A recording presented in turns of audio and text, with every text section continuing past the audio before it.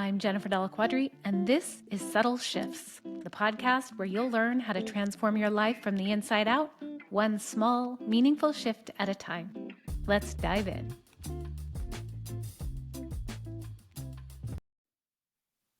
Welcome back to the podcast. I have been thinking a lot lately about how we in midlife so often forget how to have fun. This is something I realized probably around the time I hit 40 and I started doing a lot of internal work and working with a coach and just learning a lot about myself, is that as an overachiever and as a mother, that I wasn't really having a lot of fun in my life. I mean, I would have fun, meaning like playing with my kids or watching them do things, but there wasn't a lot of time set aside for just doing something that I enjoyed, and it was just for me. And this is something that happens with a lot of my clients. These are conversations that I've been having with the women that I work with, and something that we all tend to struggle with. And we've talked a lot on this podcast about how, as women, our natural desire is to nurture and to give and to care. That's part of it. But it also has a lot to do with just being an adult in general. I don't think this is necessarily just something women struggle with.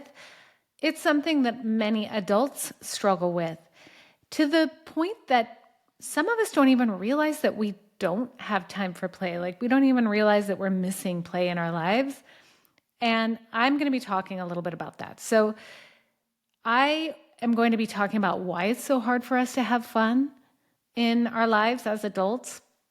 I'm also going to share with you why it's so important. And I'm also going to share with you one of my very favorite tools for bringing more fun into your life. It's something I did last year, and I think everyone should do it because it is such an eye-opening experience. I'm going to share that with you. And then I'm also going to be telling you about a special program that I'm running right now, and it's specifically created to help you have an incredible and fun summer on your terms. So let me just start by acknowledging why it can be so hard to have fun in life, especially as we are in midlife. So at this point in life, we have a lot of responsibilities. We have a job, or we are a parent, or we are taking care of our aging parents, or we're a caretaker for someone. We're always giving. And when you have so many responsibilities, when you think about having fun, there can be some guilt that comes up. Like, I don't have time for that. And if I'm doing something for myself like that, if I'm having fun, it's at the cost of someone else's life. So because I'm having fun, I'm not making time for someone else. And then there's guilt that comes along with that. And maybe just a little bit of shame. Like, who am I to want this in my life? Like, I'm not a kid anymore. I'm supposed to be an adult, and having fun seems so frivolous. And on top of that, so many of us are already just so overwhelmed with life in general, just burnt out. We don't have a lot of time in our lives to do something that's just for us, which is why it's extra important to have fun in life. When you create time in your life to have fun, it gives your life more harmony and balance. So that when you're having fun, it fuels those times in your life when the responsibilities come up. It gives you the energy to be the person that you want to be for the people that you care about most. And just on top of it all, it adds to your overall life satisfaction. When you're feeling dissatisfied with life, it's likely because you're not bringing in anything that actually fills your cup. And when you do have fun, that's going to be a cup-filling exercise. It's going to be something that fuels you so that you can be more present in your life and just have more joy overall and in general. And it also can inspire the people around you to do the same. And that's where the energetics of it all comes in. So when you're having fun in your life, other people are inspired by that. And I'm speaking to my own experiences. When I started sharing some of the things that I was doing that I consider to be fun, and also talking about the point that I was really intentionally bringing more fun into my life. I would share it with people just in person in my life, and I also shared it on social media. I was getting feedback from people like, I'm so inspired by this. I really want to do this in my life as well. And that's the point, right? It's for you, but what ends up happening is it starts to affect other people around you in a positive way. So it really does improve your quality of life, and it can enhance all of those other experiences that you have, mitigating the burnout and the overwhelm and the anxiety that can come with that, feeling that you have to constantly be producing or being or achieving, and all of those really high stress experiences that we put on ourselves. So how can you bring more fun into your life? Well, I'm going to share with you a couple of questions to just kind of sit with. You maybe want to get a journal and write it down, because self-reflection is really a big part of it. So many times when I talk with my clients and I just ask them like, well, what's fun for you? They don't even have an answer. They don't even know, because they don't even have time to even consider fun. They constantly feel like they have to be doing something. So here are some questions. The first is, what did you enjoy doing when you were young, when you were little? Ideally before the age of 10, because around, fourth or fifth grade, we start to care a lot more about what other people are doing. And so there's a little less freedom with it, a little more fear of judgment. So when you were young, how did you spend your time and what was fun for you? And what was play like for you at that time? How did you play? So for me, I love to play with Barbies. I love to play on the playground. I love to be on the bars at school. I love to create storylines for characters in my dolls, right? Like I would sit around and make a family environment and talk about like some kind of story that would happen. I love to listen to music, right? So just make a list of the things that you liked to do when you were little, where you lost track of time, where you didn't really think about what was going on. You were just totally immersed in it. And how did you spend your time when you had that time? So when you were young, we didn't have phones, and of course we had TV and we had cable TV, but we didn't have it at our fingertips every moment of the day. So when you had that open space of time where you're just like, well, I have nothing to do. What'd you do? Where'd you go? Did you want to be with people? Did you prefer to be by yourself? How did you spend that time? And what did you look forward to doing when you were young and you were, had something happening when you got so excited? I can't wait for this to happen. What did you look forward to doing? And when did you feel calm and at peace? So this is all for when you were younger. So start with that, and then fast forward to where you are now. What's fun for you now? When do you lose track of time now? And when do you feel most like yourself? This may take a little bit longer, because in the moment you may not even realize what's fun for you because you're so busy putting out fires in your life. You're so busy reaching for that next goal.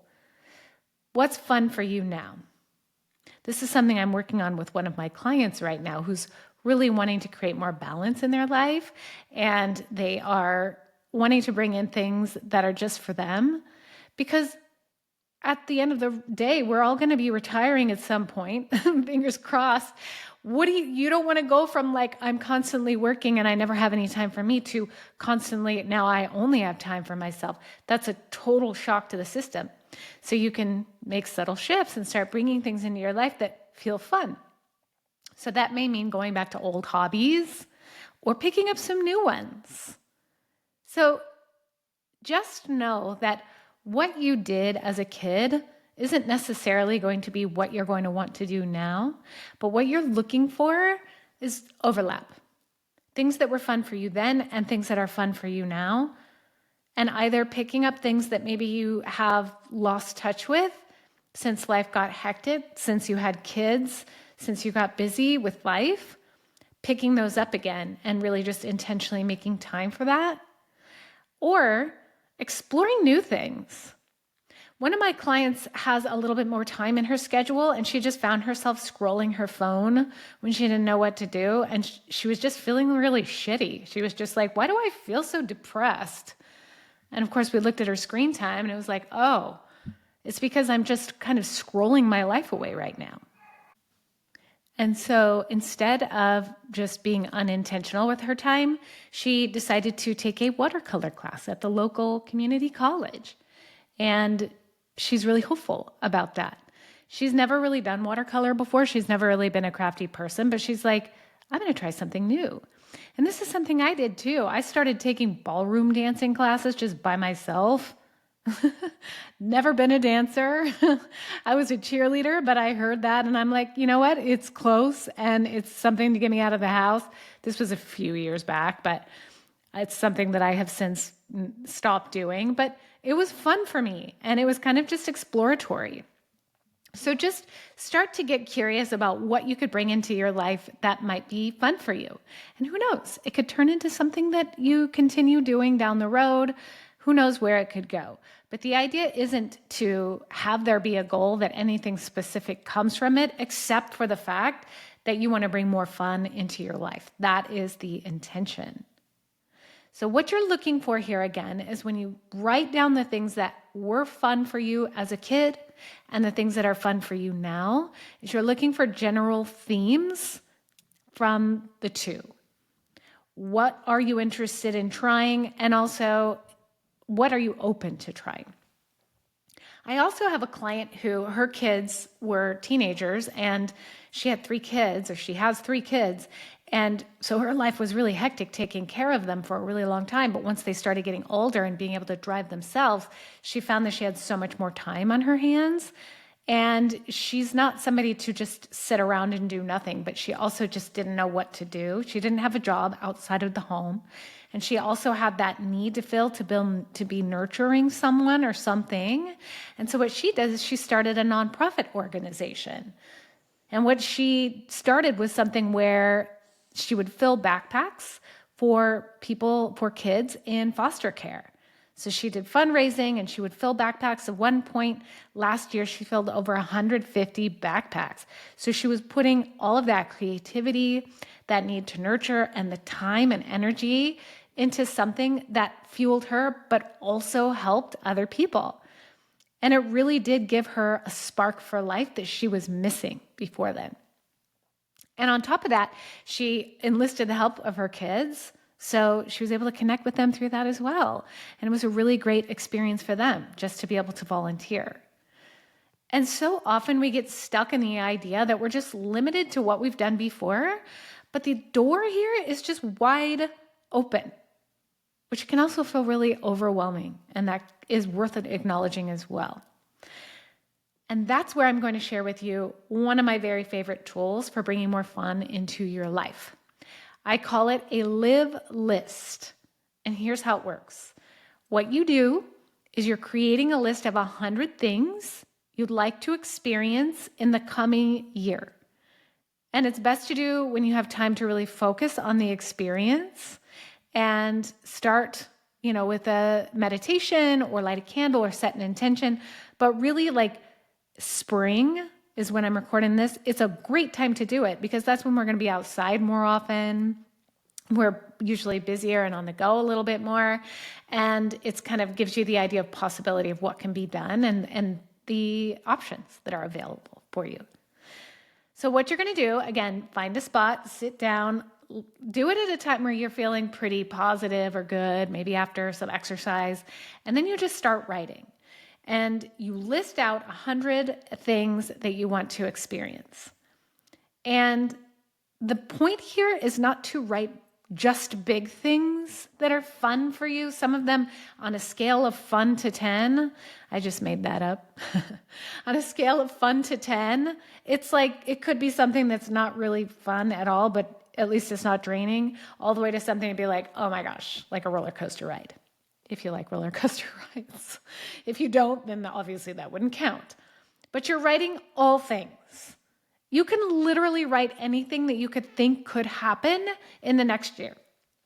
So anything from sleep in my bed, which is nice, to flying on a private jet. But you just write whatever comes to your brain. And you're not going to let your brain tell you that something is either too big or too small, which is why the list itself is 100, not 10. Because when we get to 10, we have to start limiting ourselves. But when 100, it's very expansive and open. And if you're like me, what's going to end up happening is when you're writing this list, you're going to run out of ideas at some point. So that's when you have to start dreaming or reaching or getting just super realistic and basic and letting it be the fun in the small things.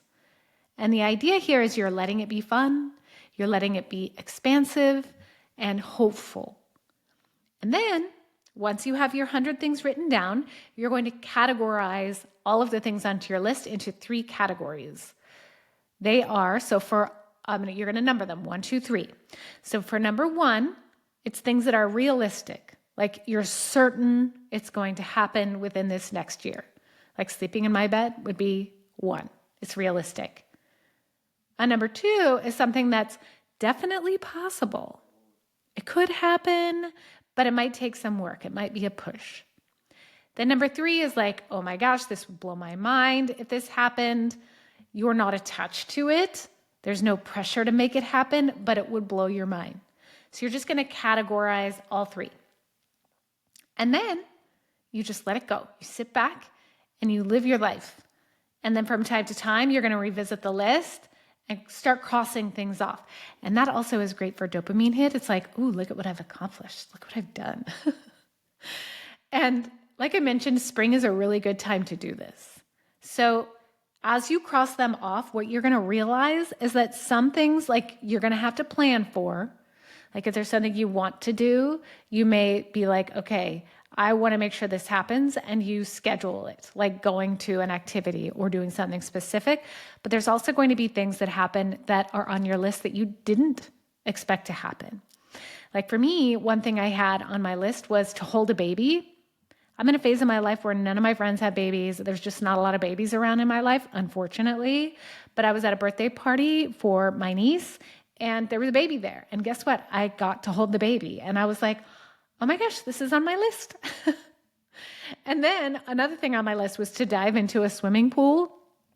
That was something I had on my list, but I don't have a pool. I don't know anyone who has a pool, especially with a diving board. I was like, well, that'd be super fun. I'd love to be able to do that, but I don't know if it's going to happen. And then lo and behold, my daughter was going to be going over to a friend's house, and not even her house. It was her friend's house who happened to have a pool with a diving board. And she told me this, and I was like, oh, a diving board, that's on my list. And she invited me to come, and I got to dive into the pool and check it off my list. And it was fun. So there's the live list. That is what I recommend you do. It's super fun, it's super easy, and it's something you can just check back on for like an entire year. And then you can keep on doing it year after year. You can put the same stuff on the list, you can put new stuff on the list, and your life's going to change. So maybe there's going to be more possibility. And you never know. One of those number 3 things could happen. And what a surprise it would be if it did. You're just being open to the possibility. Speaking of which, I mentioned at the beginning of this episode that I would be sharing a special program that's designed to help you have a fun summer on your terms. So I want you to remember back when you were a kid, around this time of year. So as I'm recording this, it's the beginning of May, and school was kind of winding down and summer was on the horizon.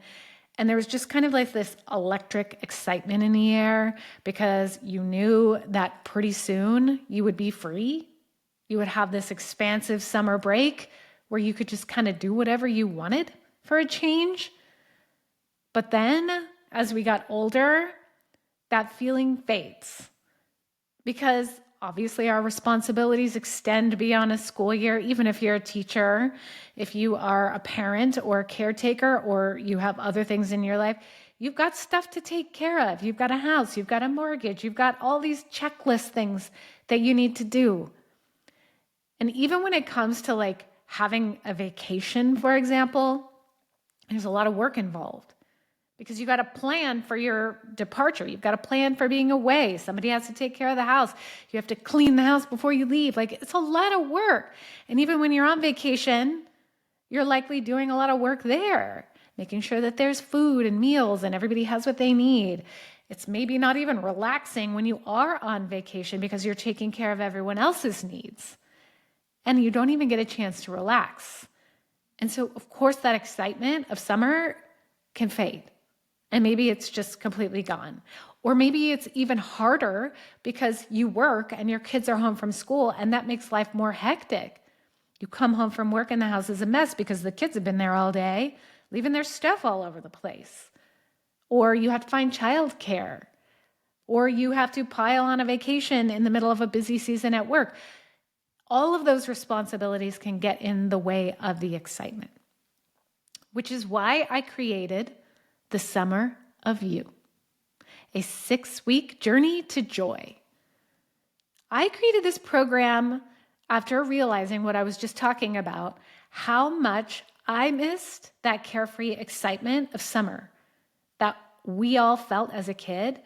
And I knew it was time to bring that feeling back, especially in midlife. It's a perfect time to do that.